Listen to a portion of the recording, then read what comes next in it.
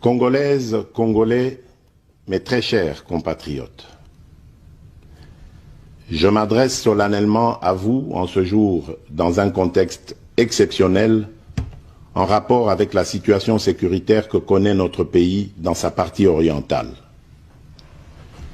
Ce contexte d'agression et d'occupation des territoires dans le Nord Kivu est perpétré par le groupe terroriste dit du M23 avec l'appui avéré en hommes et en logistique du Rwanda. Au moment où je fais cette adresse, nos agresseurs occupent certaines localités dans le territoire de Rutshuru, occasionnant ainsi un drame humanitaire avec plus de 200 000 compatriotes forcés de fuir les affres terroristes dans les zones de combat. Ils se retrouvent en dehors de chez eux, sans logis, sans nourriture et sans soins. Des instructions précises ont été données au gouvernement pour leur rassemblement et leur prise en charge.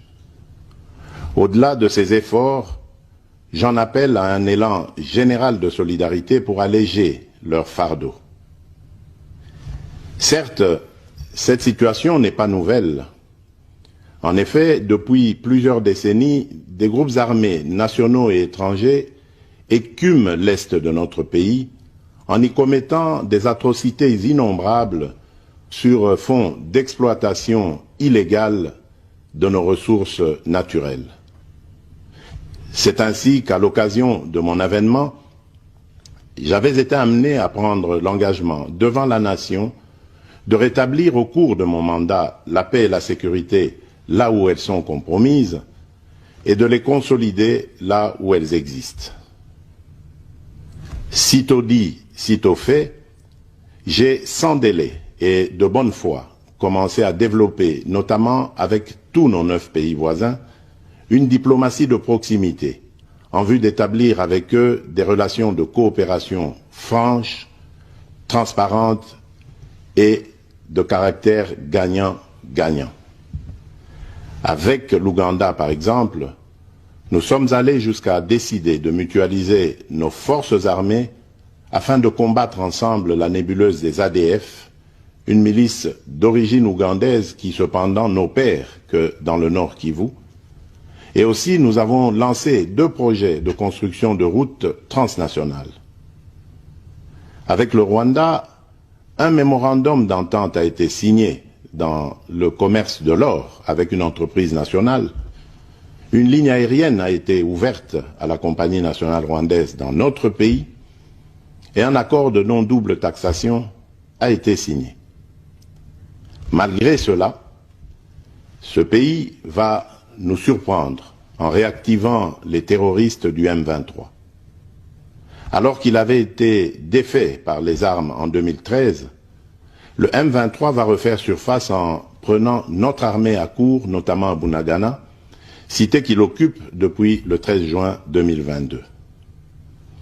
En effet, sous la fallacieuse accusation de soutien des FARDC au FDLR, le Rwanda a en réalité des velléités expansionnistes, avec comme intérêt principal l'appropriation de nos minerais, et pour ce faire, il s'active à déstabiliser l'Est du Congo pour créer une zone de non-droit en vue d'assouvir ses appétits criminels.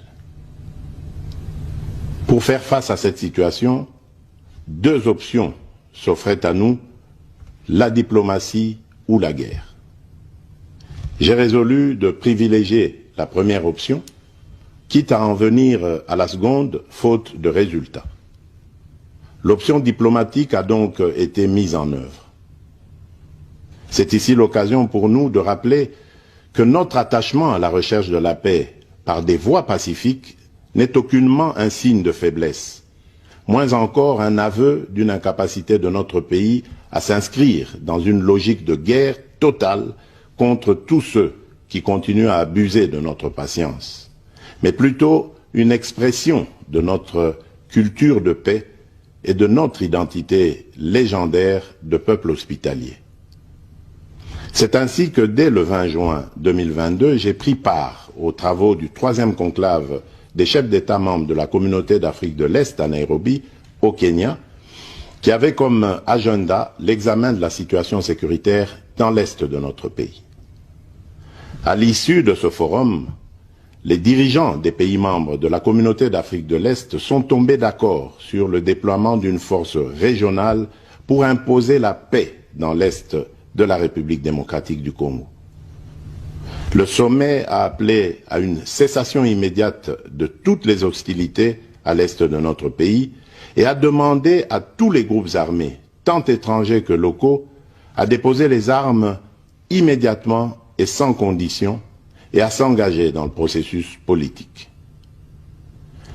Le 6 juillet 2022, j'ai accepté de rencontrer à nouveau le président du Rwanda, cette fois à Luanda, sous l'égide du président João Lourenço, sous couvert de la Conférence internationale des régions des Grands Lacs africains, la CIRGL.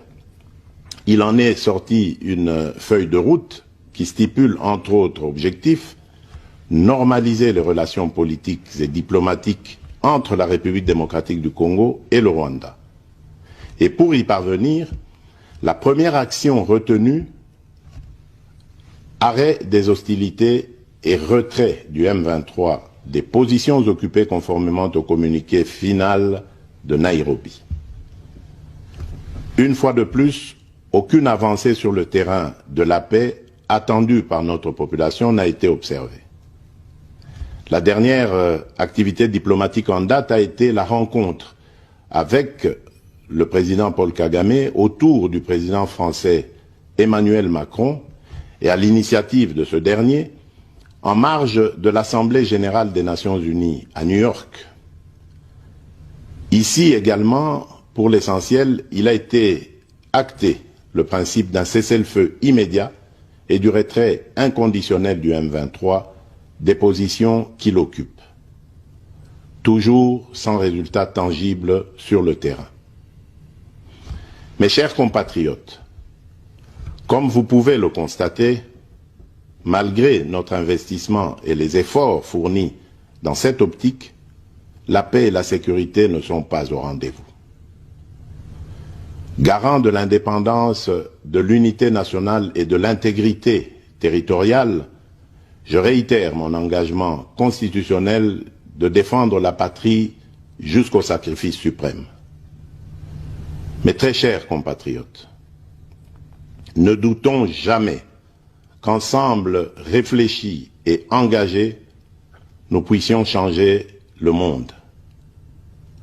À vous, nos vaillants soldats, vous qui avez pris l'engagement de servir sous le drapeau, je vous invite ici au sens élevé du patriotisme en ce temps particulièrement exceptionnel de notre histoire, de défendre notre pays, de protéger l'intégrité de son territoire et d'assurer la sécurité des Congolaises et des Congolais contre toute agression ou attaque d'où qu'elle vienne.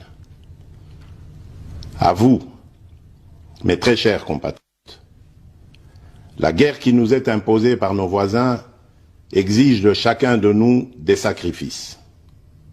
C'est le moment de taire nos divergences politiques pour défendre tous rassemblés notre mère patrie. Notre histoire et notre marche commune ont sans cesse démontré que, loin de s'effondrer, notre nation et son peuple ont toujours relevé ce genre de défi et nous en sommes toujours sortis victorieux. Restons tous unis et solidaires derrière nos forces de défense et de sécurité. La situation actuelle, loin de nous affecter, n'est qu'une épreuve de plus que nous allons surmonter pour raffermir davantage notre unité. Au-delà de tout clivage politique, idéologique, religieux et tribal, la défense de la mère patrie est le seul objectif qui doit nous unir en ce moment. Le pays nous appelle. La nation a besoin de l'engagement de toutes ses filles et de tous ses fils. Je vous appelle à ne pas céder